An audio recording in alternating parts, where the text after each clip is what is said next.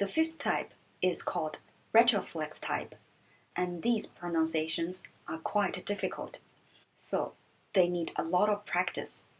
And these pronunciations are, these in Chinese are called 知, 吃, 诗, 日.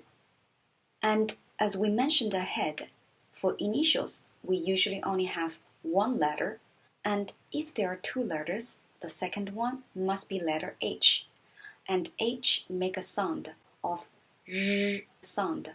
So here we read them as 知, 吃, 诗, 日. Combination ZH in Chinese is pronounced as 知 sound, and it's similar to the pronunciation from large J sound. So the word up here is called 知道, 知道, which means to know something. And CH in Chinese is called 吃. It sounds like the ch sound from March, ch, or church, ch. So the word up here is called 吃, which means to eat.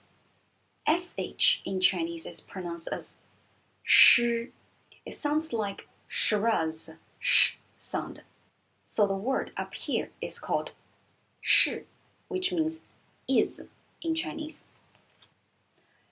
Letter R in Chinese is pronounced as 日, and the pronunciation of letter R is quite difficult since it's not exactly like in English. So the very close one in English we can find sounds like the television Z sound. So Z, and make sure you pronounce it quite harsh to make the Z sound. So the word up here is called 日本, 日本, which means Japan.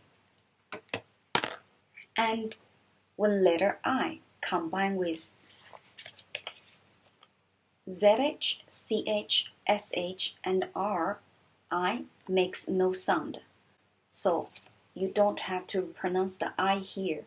So the pronunciation is 吃 but not 七.